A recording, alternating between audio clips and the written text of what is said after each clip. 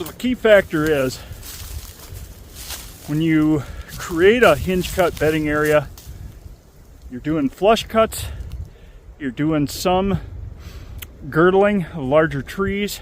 You know, you can follow them the traditional way, however you want to do it. On the proving grounds, I've got some oak trees that need to go.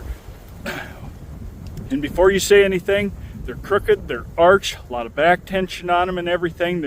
They're highly dangerous trees, but they're never going to make a log. They're real narrow up in the canopy and stuff. They're never going to create a good canopy. They're never going to produce a large amount of acorns. When they do produce acorns, those white oaks, personally, I have tried hinge cutting them in the past. Thank God I still have my head on. But with that being said, I'm a little bit apprehensive of falling them traditionally too, just because of the back tension on them. They're gonna barber chair, so I'll girdle them, kill them, and get them out of there eventually. They'll eventually go down on their own that way. Or if I have a logger in there, that'd be the next best thing to do, probably the best thing to do. But it's important after you do your cutting, when things settle, to come in here or into your hinge cut bedding area, whatever you're doing, and open it up so the deer can move through.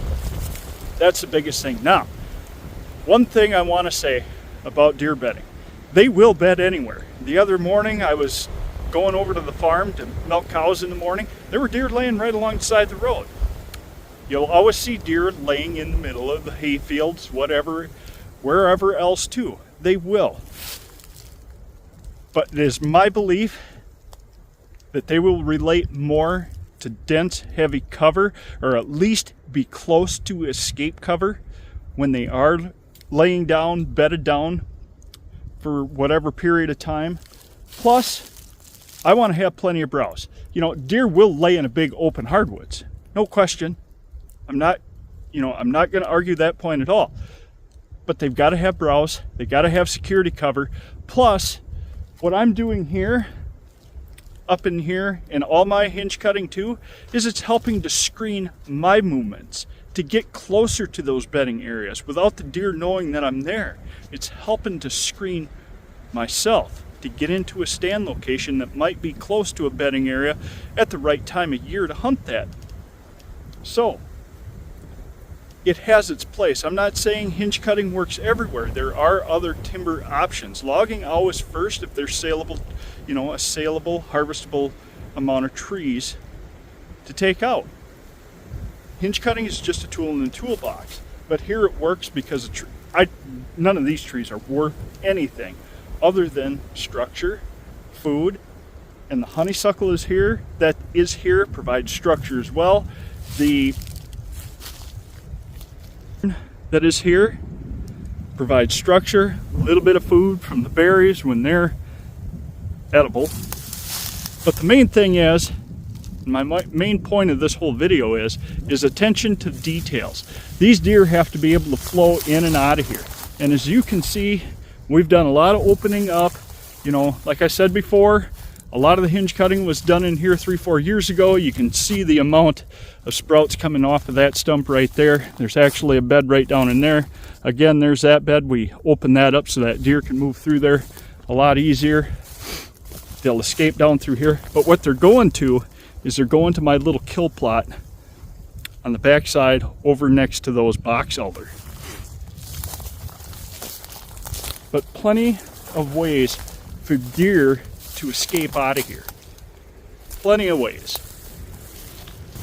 And that's the most important thing, and I think that's where a lot of this stuff gets a bad rap, is everybody's looking for that simple solution to create prime bedding areas. And hinge cutting being one of those tools, it's actually a fad.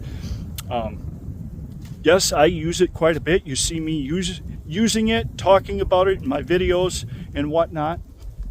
But really, it is a fad. I think too many people utilize it where a different approach, a different strategy could have been used better in its place, but it works here. It works on the other 2 properties that I have, that my family has, and you have to pay attention to the details though. So it's great to come in here and do the work. You know, the other question is about hinge cutting, keeping that tree alive. Well, what happens when the regrowth gets up out of reach? Get a handsaw in there and maintain it. Get a handsaw in there, whatever you got to do. Get in there, maintain it, bring those tops back down so they're at deer level, and start the process over again. You have to understand that when it comes to deer habitat, it's not just one and done, I'm all done, this is going to be set up for the rest of my life. No, everything takes work. It's just like doing food plots year after year after year. A lot of the food that we plant for deer, cultivate for deer, are annuals. It always has to be done. There's always something to do. Maintain these bedding areas. They can get overgrown. We're allowing a lot of light in here. Expect a lot of hardwood regeneration in here. We've got some little cedars that were coming in here naturally. We allowed light to that. Eventually they're going to grow up. Deer will bed underneath them, especially if we take a cedar like you see in the background here. You can see that rub on that. That's what impresses me the most. Deer are using this buck in particular, and I know which buck it was that made that. But anyway, my point being is when these little cedar get up and maybe they start to take over this bedding area a little more, maybe we thin some of them cedar out, we come in here, we cut the bottom 5 feet of branches off of them, get them out of here, allow deer to move through. They constantly have to be maintained. It sounds like a lot of work, but hey, anything worth having is worth maintaining. It's just like changing the oil on your car. It has to be done. It has to be maintained. So that's what I wanted to touch on here today. I hope you found this video helpful. If you did, give it a thumbs up. Share it with somebody that might need to see it as well. And hey guys, if you're new to my channel or you simply haven't yet already, I'd really appreciate if you hit that subscribe button. And hey, leave a comment. If you like this video or you have a suggestion, a tip, or just want to comment on it anyway, leave that down in the comments. I try to respond to every comment that I get, and it helps the algorithm get my videos out to more and more people for every comment, like, share that I get. Thanks guys for joining me. Stay safe out there. God bless you all. And hey, keep living the dream. Thank you.